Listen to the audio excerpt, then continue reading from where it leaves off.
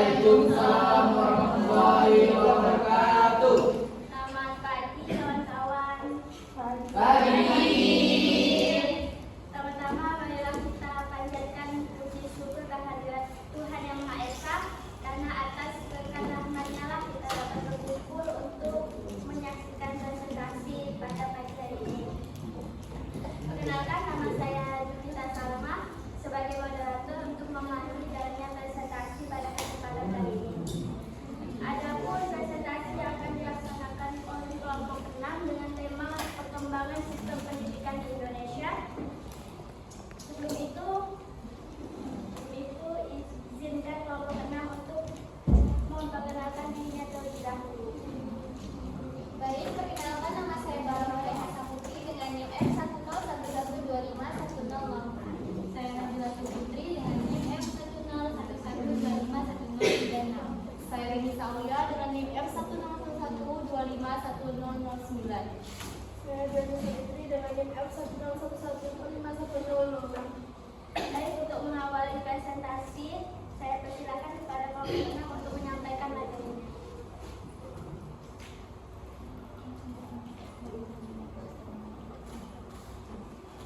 Baik. Pendidikan merupakan bagian dari kehidupan manusia, di mana setiap orang yang telah lahir akan mendapatkan pendidikan dari orang tuanya. Mendidik seorang anak sejak kecil adalah bagian dari pendidikan dini yang diberikan oleh keluarga yang lambat lalu akan memperoleh pendidikan di institusi tertentu dan masyarakat.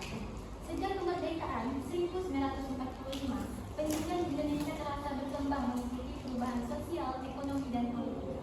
Pendidikan berperan sebagai kunci kemajuan bangsa, serta sarana menciptakan generasi yang berkualitas, adil, dan berdaya saing. Maka dari itu, di sini kami akan menjelaskan mengenai Definisi pendidikan.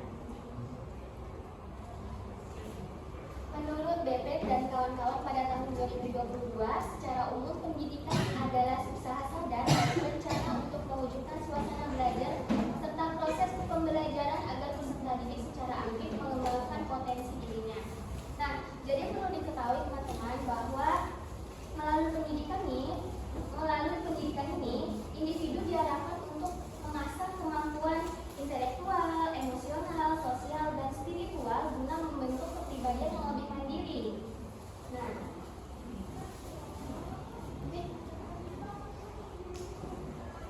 Nah, jadi pendidikan juga berperan penting dalam menyiapkan peserta didik agar mampu menghadapi tantangan kehidupan, beradaptasi dengan perkembangan zaman, serta berkontribusi secara positif bagi kemajuan masyarakat dan bangsa. Pendidikan memiliki peran strategis karena pendidikan merupakan kunci kemajuan sebuah bangsa. Pendidikan, ilmu pengetahuan, kebudayaan, dan komunikasi merupakan senjata kemajuan. Tiada senjata yang lebih baik dalam memajukan kehidupan dunia selain pendidikan. Menurut Muhammad Wahid MH dan kawan-kawan pada tahun 2022. Nah, selanjutnya kita akan memasuki perjalanan perkembangan sistem pendidikan di Indonesia. Yang pertama yaitu pada zaman kolonial. Pada zaman ini, pendidikan hanya untuk kaum elit. Pada masa kolonial, pendidikan di Indonesia sangat diskriminatif. Sekolah hanya dibuka untuk kaum priai, bangsawan, dan keluarga pejabat Belanda. Sedangkan bagi rakyat yang hanya rakyat biasa tidak mendapatkan pendidikan yang setara. Sehingga akses pada zaman itu sangat terbatas dan pendidikan belum berpihak pada rakyat. Kemudian, pada pasca kemerdekaan, pendidikan ini menjadi hak setiap anak. Setelah Indonesia merdeka, pemerintahan menyadari bahwa pendidikan adalah kunci kemajuan sebuah bangsa. Oleh karena itu, pada tahun ini terdapat perubahan besar yang terjadi. Pendidikan mulai merata dan tidak lagi diskriminatif. Selanjutnya, pada era Orde Baru, di mana pada era itu terjadi penataan sistem dan pembentukan karakter. Pemerintah fokus pada penyelenggaraan kurikulum dan pembangunan karakter melalui P4, yaitu pedoman penghayatan dan pengalaman Pancasila. Sehingga pada masa ini program wajib belajar mulai diperkuat, transmigrasi pendidikan dilakukan, dan pembangunan sekolah besar-besaran juga dilakukan. Selanjutnya kita yaitu pasca reformasi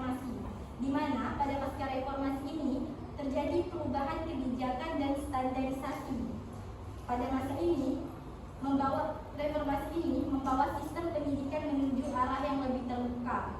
Mulai muncul kebijakan-kebijakan baru seperti sertifikat guru, ujian nasional sebagai standar nasional, dan perubahan kurikulum lebih sering untuk menyesuaikan perkembangan zaman. Dan selanjutnya yaitu era modern sampai sekarang, yaitu pendidikan lebih inklusif dan berbasis teknologi. Pada era ini, pemerintah memperkuat pemerataan pendidikan melalui program dana BOS, beasiswa KIP, digitalisasi pembelajaran, penguatan peningkatan kualitas SDM agar siap bersaing di era global. Pendidikan diarahkan bukan hanya untuk mencerdaskan, tapi juga untuk membangun keterampilan di abad ke-21 ini. Perkembangan pendidikan di Indonesia menunjukkan bahwa setiap era memiliki tantangan dan fokusnya masing-masing. Tetapi satu hal yang tetap sama, pendidikan selalu menjadi fondasi untuk memajukan bangsa. Dan tugas kita hari ini adalah memastikan sistem yang berkembang ini benar-benar mampu melahirkan generasi yang adaptif, kompeten, dan berkarakter.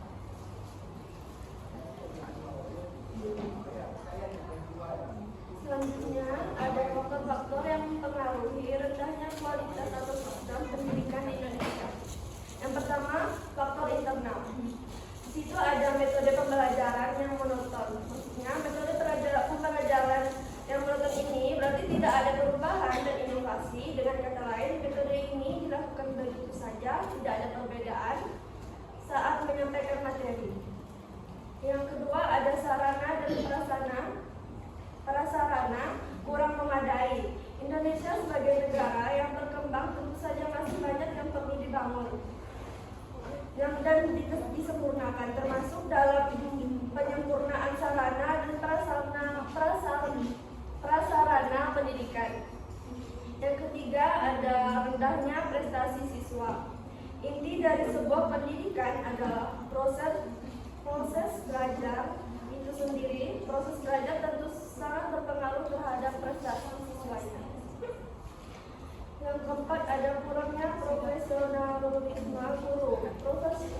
Profesionalisme dan kesejahteraan guru serta tenaga pendidikan lainnya yang belum memadai untuk menghadapi tantangan peningkatan mutu kependidikan. Yang kelima, ada kurangnya kesadaran dan penguasaan teknologi di kalangan pelaku pendidikan. Hal ini mengakibatkan belum optimalnya pemanfaatan ilmu teknologi untuk kemajuan pendidikan. Yang terakhir, ada kualitas pendidikan yang rendah, dapat menyebabkan menurunnya moral, budi pekerti, dan rasa toleransi di kalangan peserta didik dan generasi muda. Selanjutnya kita masuk ke faktor eksternal. Di sini faktor eksternal terbagi menjadi 5. Yang pertama, kurikulum. Kurikulum adalah rencana pembelajaran yang digunakan sekolah untuk mengatur apa saja yang harus dipelajari oleh siswa. Di Indonesia, kurikulum sudah sering berubah. Nah, sejak dari kemerdekaan, terlalu seringnya berubah kurikulum membuat guru dan siswa sulit beradaptasi. Akibatnya, proses belajar tidak berjalan maksimal karena terus menyesuaikan dengan aturan yang baru. Yang kedua, pendidikan yang kurang merata. Indonesia ini memiliki banyak sekali wilayah, teman-teman, mulai dari kota yang besar hingga daerah yang kecil. Sayangnya, fasilitas pendidikan belum merata. Sekolah di kota biasanya lebih lengkap dan guru lebih tersedia. Sedangkan di daerah terkecil masih banyak sekolah yang dengan sarana dan prasarananya seperti ini.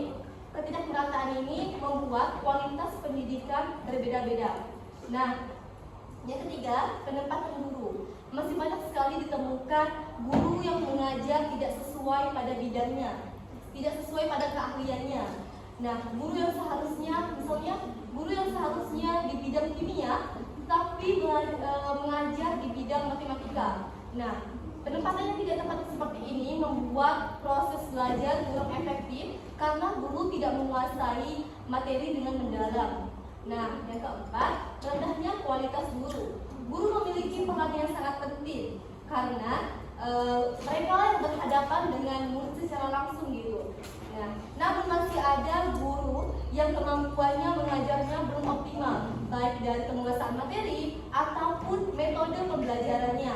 Hal ini bisa terjadi terjadi karena kurangnya pelatihan atau pengembangan diri dengan mendalam. Yang terakhir, biaya pendidikan yang mahal. Biaya pendidikan di Indonesia masih dikatakan mahal oleh sebagian masyarakat. Masyarakat beranggapan bahwa semakin tinggi jenjang pendidikan, maka semakin besar pula biaya yang harus dikeluarkan. Nah, hal ini membuat beberapa keluarga kesulitan menyekolahkan anaknya, sehingga kesempatan belajar yang merata menjadi terhambat.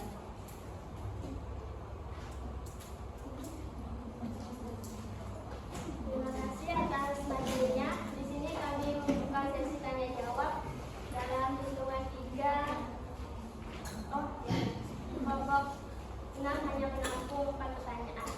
Dalam hitungan 3 bisa angkat tangan, menerangkan nama dan dirinya. 1, 2, 3. Yang bisa silakan. Nama saya Andrea bin S 1011251064. Pertanyaan saya, apa saja tantangan yang dihadapi oleh guru di Indonesia dalam meningkatkan kualitas pendidikan?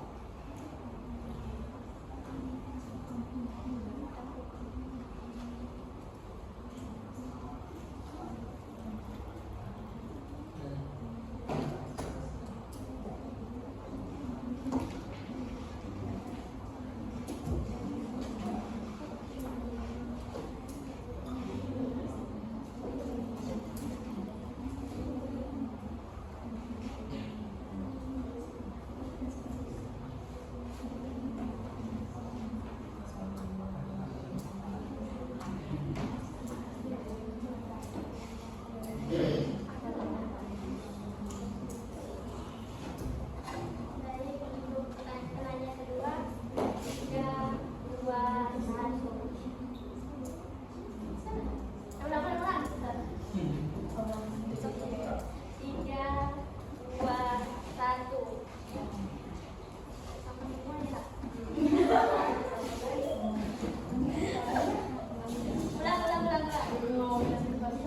3, 2, 1. Sama semua. Iya, sama semua. Nah, 3, 2, 1.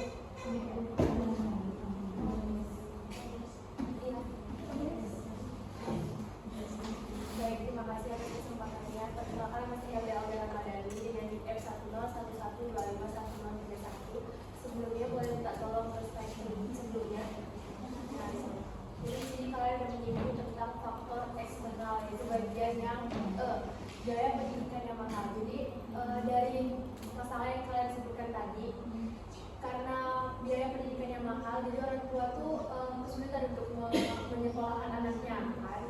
Ada nggak solusi dari kalian dari faktor biaya pendidikan yang mahal ini supaya anak-anak itu tetap sekolah gitu, meskipun biaya pendidikannya terbilang mahal? Lalu yang kedua yaitu pendapatan guru. Dari pengalaman saya sendiri di semasa itu memang ada kasus yang seperti itu. Jadi guru matematika beliau ini harus mengajar di kesenian gitu. Itu kan sangat jomplang sekali ya. Nah, itu ada nggak solusi dari kalian untuk mengatasi hal tersebut selain penambahan guru di sekolah tersebut? Terima kasih.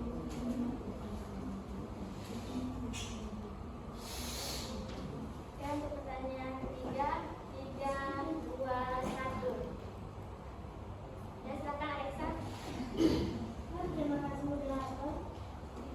Perkenalkan saya Putri dengan NIK F1011251055. Pertanyaan saya adalah, bagaimana cara kalian sebagai calon guru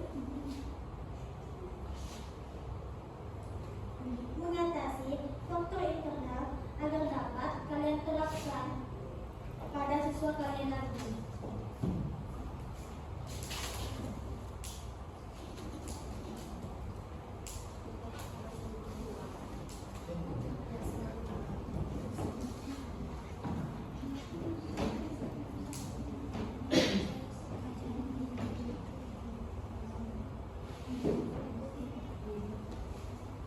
Yang untuk maju dan dengan 3, 2, 1.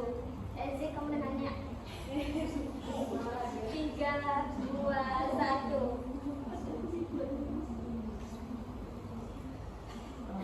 Sama-sama ulang. 3, 2, 1. Silakan aku. Nama saya Amelia dengan NIM F1011291040. Saya ingin bertanya, menurut kalian mengapa pemerintah sering melakukan perubahan kurikulum dan melakukan pembinaan pada remaja dalam waktu yang singkat sehingga membuat seorang guru dan siswa sulit beradaptasi atau sulit mengembangkannya kurang efektif gitu. Nah, sebagai contoh sekolah saya pada tahun sebelumnya, pada tahun ini kan udah masuk kurikulum merdeka. Nah, mereka tuh masih pakai yang kayak tipe K13, kurikulum 13. Jadi masih kurang efektif rasanya kalau misalnya diganti secara tiba-tiba.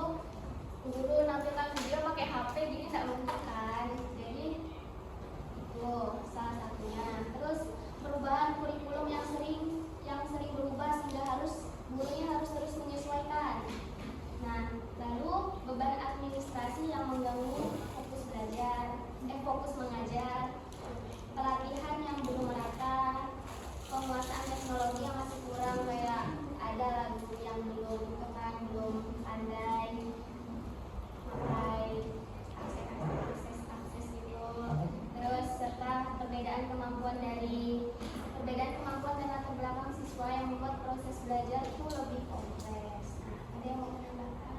Baik. Sebenarnya saya hampir sama dengan teman saya. Berbagai permasalahan yang dihadapi guru, yaitu seperti ketimpangan sarana dan prasarana di sekolah, keterbatasan buku, perangkat digital, ruang kelas yang layak, dan fasilitas belajar, sehingga membuat guru itu sulit mengefisienkan kelas, dan kelas pun kurang efektif jika sarana dan prasarana tersebut pun kurang. Yang kedua yaitu mutu dan kompetensi guru. Misalnya guru tersebut tuh belum bisa mempelajari atau memahami modul pengajarannya, sehingga itu akan sulit dalam guru itu berproses untuk mengajar. Dan yang lainnya itu seperti yang tadi dikatakan PK tadi, bahwa tidak semua guru bisa menguasai IPTEK. Kayak seperti guru-guru yang masih terbawa zaman-zaman sebelumnya, kurang menguasai IPTEK, kayak untuk menggunakan proyektor itu kurang bisa, sehingga itu juga dapat menghambat kepada guru-guru tertentu saja. Selain itu yaitu perubahan kurikulum. Kurikulum seringkali berubah sehingga membuat guru pun sulit untuk menyesuaikannya, sehingga guru harus diberikan seperti pelatihan keguruan juga, dan motivasi dan minat belajar siswa yang beragam. Setiap kan seorang guru itu kan mengajar banyak siswa kan dengan motivasi dan minat yang berbeda-beda tersebut. Jadi guru itu harus bisa menyesuaikan bagaimana sih agar di berbagai macam motivasi dari beberapa siswa, tapi guru tetap bisa mengayomi siswa-siswa tersebut. Baik teman-teman saya, apakah ada yang ingin menambahkan? Jadi saya menambahkan Aisyah, kurang lebih sama dengan Nabilatul dan Karoro, bahwa guru banyak sekali menghadapi tantangan meningkatkan kualitas pendidikan di Indonesia. Yang sudah saya singgung tadi seperti kurikulum, karena kurikulum ini cepat berubah, guru tersebut susah menyesuaikan diri terhadap aturan baru. Siswa pun juga sulit kan. Nah, lalu Eka juga sudah bilang bahwa tugas administratif yang banyak. Nah, dengan tugas administratif guru yang banyak, waktu untuk mempersiapkan materi pembelajaran itu berkurang. Jadi fokus guru tuh teralihkan gitu. Nah, jadi hal ini menunjukkan bahwa guru tuh harus bekerja keras lagi untuk meningkatkan kualitas pendidikan yang ada di Indonesia. Tadi pertanyaannya tantangan guru dalam meningkatkan kualitas pendidikan kan? Jadi benar kata teman-teman saya, tantangan kita sebagai guru itu yang pertama ada di perubahan kurikulum secara cepat, dan ada juga yang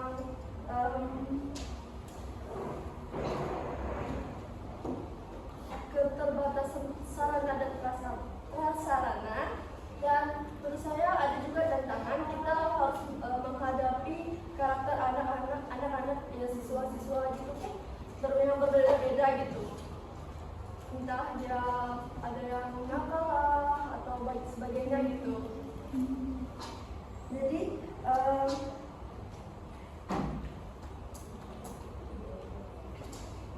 itu tuh tantangan kita sebagai guru juga menurut saya.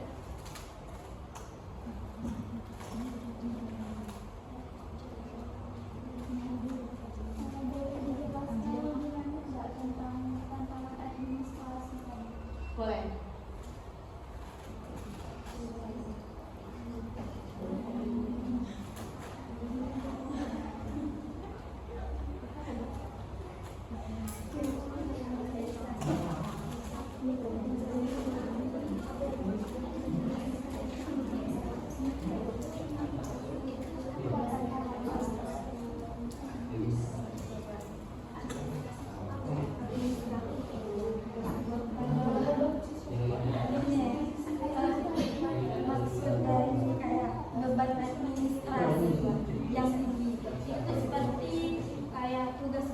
dalam administratif kayak penilaian, laporan perangkat ajar yang sering mengurangi waktu untuk merancang pembelajaran yang inovatif. Kayak yang nilai-nilai lapor gitu kan. Kan sistem sekarang ini sangat ribet untuk guru-guru kan, semakin adanya teknologi ini. Jadi itu tuh juga salah satu tantangan bagi guru-guru tertentu. Terima kasih. Nah, izin menambahkan lagi, yang dimaksud dengan tugas administratif itu guru tidak hanya mengajar di kelas, tetapi guru harus mengisi berbagai laporan seperti jurnal mengajar, EPP, penilaian harian, dan rekapan nilainya. Nah, itu yang dimaksud dengan tugas administratif gitu.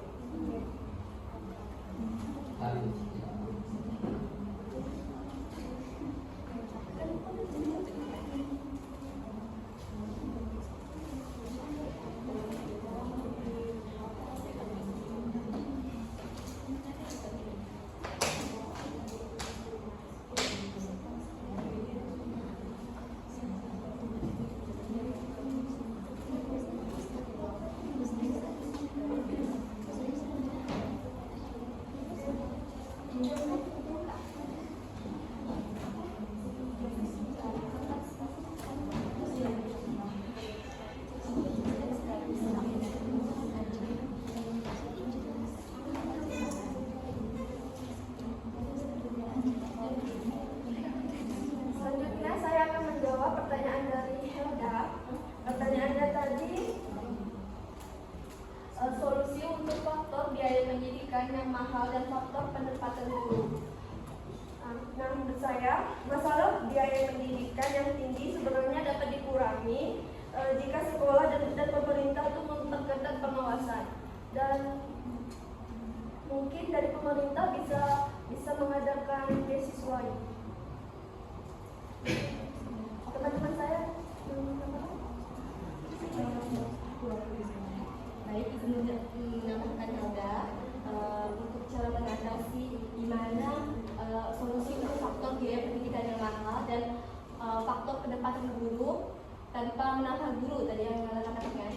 Nah, untuk mengatasi masalah pendidikan yang mahal, sekolah memastikan bahwa dana pendidikan harus digunakan secara transparan dan tepat untuk siswanya.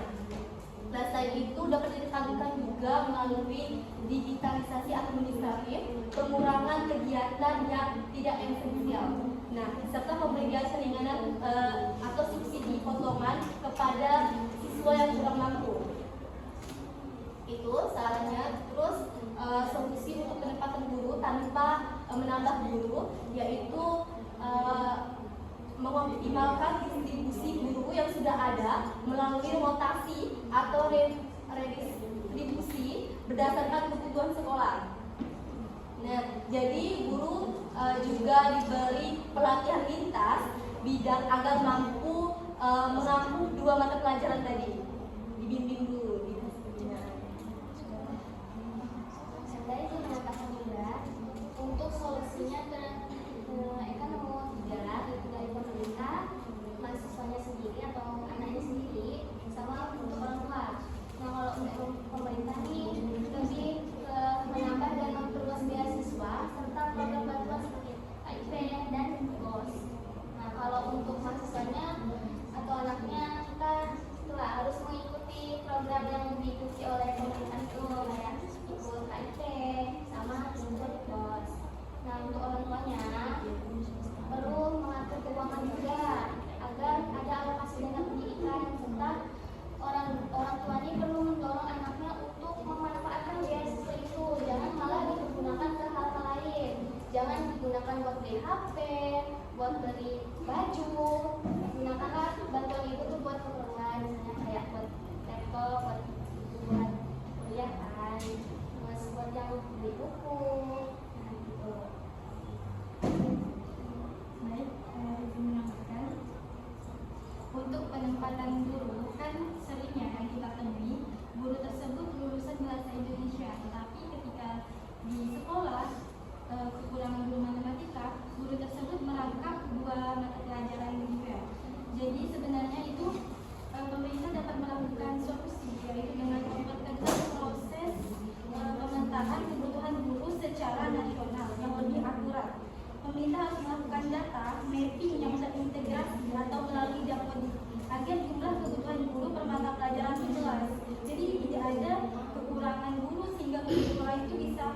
sampai merangkap 2 mata pelajaran.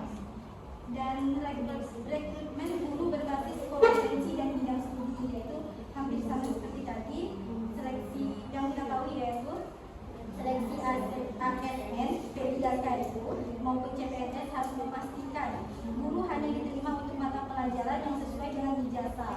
Yang kedua yaitu ada verifikasi ketat, transkrip nilai, SKS, dan sertifikat pendukung.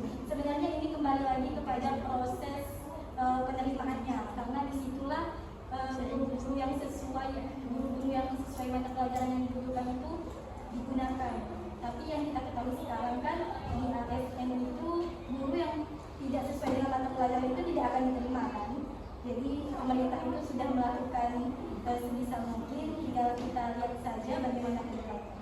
Dan untuk masalah pembiayaan yang begitu mahal, kalau untuk pemerintah tersebut itu juga sama, harus bisa mengetatkan dalam pembagian beasiswa, di mana beasiswa ini seharusnya diberikan kepada orang-orang yang memang layak untuk mendapatkannya, yang tetap tepat sasaran istilahnya ya.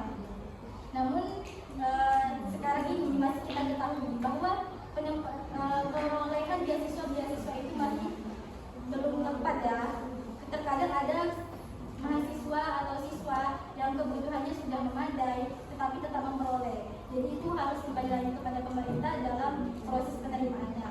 Dan untuk mahasiswa kan ada kayak anak-anak yang kurang biaya untuk melanjutkan studi. Untuk kita mahasiswa yang lumayan lah pendidikan kita dari tingkat SD, tingkat TK sampai sekarang ini, kita bisa menjadi relawan dengan memberikan sedikit waktu kita bagi anak-anak yang memang tidak mempunyai biaya sama sekali.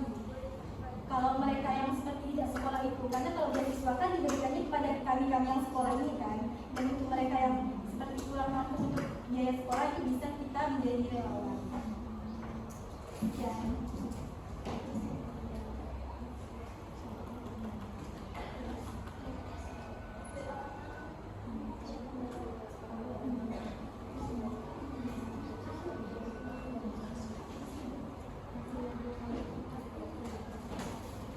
Baik, untuk pertanyaan Alexa mengenai tentang cara mengatasi faktor internal ya. Di sini yang pertama faktor internalnya tentang metode pembelajaran yang monoton.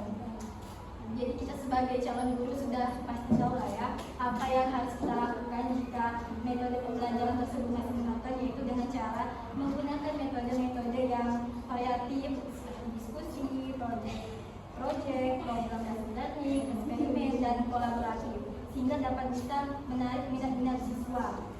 Yang kedua yaitu sarana dan prasarana yang kurang memadai. Sebenarnya kita sebagai calon guru harus mencari cara jika dari pemerintah tersebut kurang memberikan sarana dan prasarana yang kurang memadai, kita sebagai guru ini juga harus mengusahakan bagaimana sistem pembelajaran itu tetap dapat tercapai meskipun dengan sarana dan prasarana yang kurang memadai itu. Jadi kembali lagi kepada kita bagaimana cara kita mencari solusinya.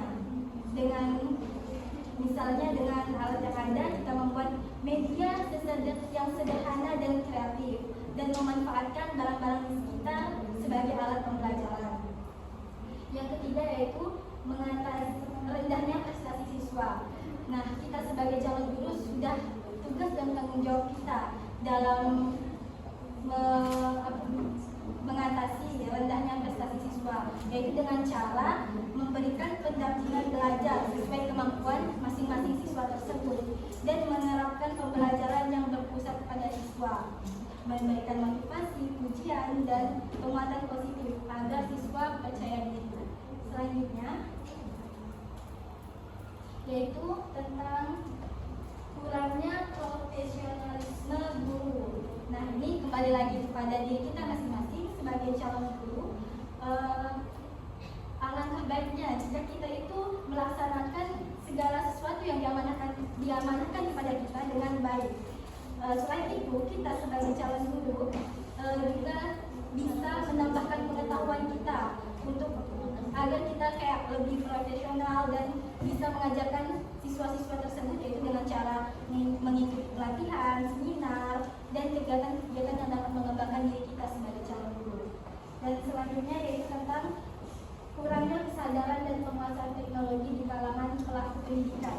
Ya, seperti yang kita ketahui bahwa banyak guru-guru, walaupun tidak semuanya, yang kurang menguasai dalam bidang teknologi.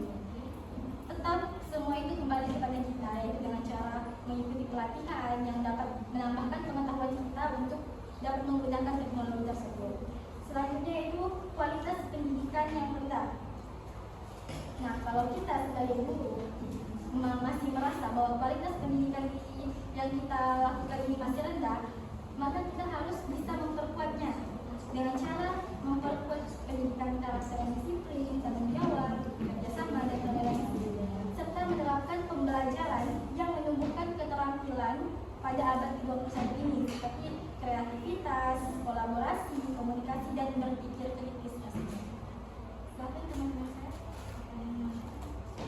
Saya ingin menambahkan benar yang dikatakan oleh Kakak Nabila bahwa yang tadi disampaikan tadi. Saya ingin menambahkan, jika saya menjadi seorang guru, saya mengatasi faktor internal itu dengan cara terus mengembangkan metode pembelajaran yang variatif dan menarik, ataupun memanfaatkan teknologi secara bijak, serta membangun suasana kelas yang aktif dan suportif. Saya juga perlu meningkatkan profesionalisme melalui belajar terus-menerus, merefleksi diri, dan mengikuti pelatihan, sehingga dapat membimbing siswa untuk berprestasi, berakhlak baik, dan termotivasi untuk belajar. Ada yang menanyakan? Izin menambahkan Alexa, pertanyaan tadi. Bagaimana cara kami sebagai calon seorang guru untuk mengatasi faktor internal dalam. Nah, saya sebagai calon seorang guru akan mengatasi misalnya dengan belajar yang monoton tadi. Saya akan membuat pembelajaran semenarik mungkin dengan kreatif. Nah, seperti diskusi yang melibatkan aktivitas siswa. Selain itu, saya akan memaksimalkan sarana dan prasarana walaupun terbatas, sehingga perjalanan pembelajaran itu tetap berjalan dengan efektif. Selanjutnya, rendahnya prestasi siswa. Nah, untuk meningkatkan prestasi siswa, saya akan memberikan bimbingan yang sesuai dengan kebutuhan siswa tersebut. Nah, selain itu saya juga mengembangkan profesionalisme diri melalui pelatihan dan belajar mandiri, dan termasuk dengan meningkatkan teknologi agar mampu mengikuti perkembangan zaman yang sesuai. Izin menambahkan Alexa, ya, sebagai calon guru, saya akan mengatasi faktor internal siswa dengan menciptakan pembelajaran yang nyaman dan memberikan dukungan yang positif. Dan saya akan memperhatikan kondisi emosional siswa jika mereka ingin menyampaikan keluh mereka. Dan yang terakhir, saya akan menciptakan kondisi kelas dan pembelajaran yang aman.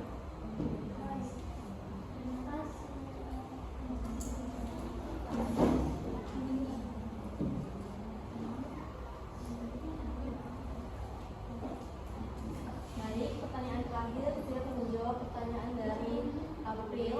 Pertanyaannya, menurut kalian mengapa pemerintah sering melakukan perubahan kurikulum dan melakukan pembinaan pada pengajar dalam waktu yang singkat sehingga membuat seseorang guru dan siswa sulit beradaptasi? Nah, menurut saya mengapa pemerintah sering melakukan perubahan kurikulum dengan cepat, yaitu pemerintah ingin menyesuaikan dengan perkembangan zaman, perubahan dengan kebutuhan masyarakat. Nah, namun perubahan tersebut dilakukan secara terburu-buru sehingga saat kurikulum itu dilaksanakan hasilnya belum optimal. Nah, mengapa dan pertanyaan keduanya itu mengapa pemerintah sering melakukan pembinaan itu dalam waktu yang singkat sehingga membuat seseorang guru itu dan siswa sulit beradaptasi. Nah, pemerintah sering melakukan pembinaan guru dengan waktu yang singkat karena adanya tekanan untuk segera melakukan kebijakan tersebut atau kurikulum baru. Nah, sementara sumber daya seperti anggaran, waktu, dan teknologi yang mendukung itu terbatas. Jadi dampaknya tuh guru tidak sepenuhnya memahami materi baru dan siswa ikut kebingungan karena pembelajaran di kelas menjadi tidak konsisten gitu. Menambahkan April, pemerintah melakukan perubahan kurikulum bukan semata-mata hanya kemauan mereka, tapi mereka juga menyesuaikan perkembangan teknologi sekarang. Dan perubahan kurikulum yang singkat dan guru juga pelatihannya juga singkat juga, itu mengakibatkan guru tuh sulit beradaptasi. Dan siswa juga bingung, ini gimana ya kondisi kelas yang seperti itu bagaimana? Pertanyaan itu kan mengapa pemerintah seringkali merubah kurikulum dengan singkat, yaitu betul yang dikatakan teman-teman saya tadi, karena pemerintah menyesuaikan dengan perkembangan zaman. Namun dengan terburu-buru tersebut itu dapat mengganggu kepada guru dan siswa sehingga menjadi kebingungan. Sebenarnya dilakukan pemerintah itu tidak salah dalam perubahan kurikulum, karena tentunya yang dilakukan pemerintah itu juga merupakan aspirasi dari orang-orang yang telah memang memantau perkembangan kurikulum yang ada di Indonesia sekarang berdasarkan tuntutan kerja dan kompetensi abad ke-21 ini, dan terutama yaitu perkembangan teknologi. Namun kita sebagai guru dapat bisa menyelesaikan hal-hal tersebut, yaitu dengan cara melakukan pelatihan guru mendalam dan mempelajari dengan lebih serius mengenai modul-modul untuk guru tersebut. Menambahkan juga April. Nah, jadi pemerintah sering mengubah kurikulum dengan cepat mendidik guru karena itu segera ingin meningkatkan mutu pendidikan dan menyesuaikan dengan perkembangan zaman, sama seperti jawaban yang teman-teman saya berikan, bahwasanya mereka tuh melakukan itu karena menyesuaikan dengan mutu pendidikan dan perkembangan zaman. Namun karena belum adanya persiapan yang sudah matang, guru dan siswa ini jadi belum siap, sehingga perubahan itu justru membuat guru dan siswa kebingungan di kelas, di lapangan secara langsung. Terima kasih ya. Ya, sama-sama ya.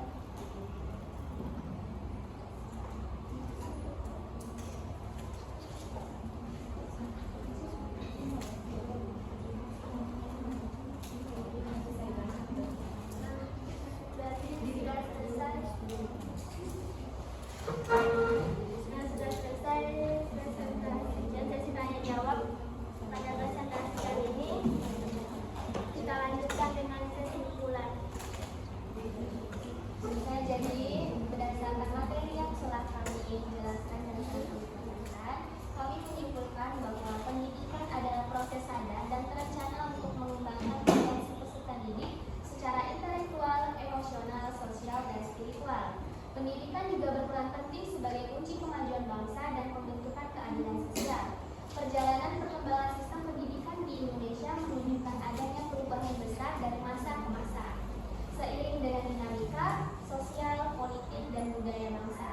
Dari masa kolonial yang hanya memberikan akses pendidikan bagi kalangan tertentu, hingga pasca kemerdekaan yang membuka kesempatan belajar bagi seluruh rakyat. Rendahnya kualitas pendidikan di Indonesia disebabkan oleh berbagai faktor internal dan faktor eksternal yang saling berkaitan. Oleh karena itu, diperlukannya upaya menyeluruh dari pemerintah, pendidik, dan masyarakat untuk memperbaiki sistem pendidikan agar lebih merata, berkualitas, dan relevan dengan lingkungan zaman.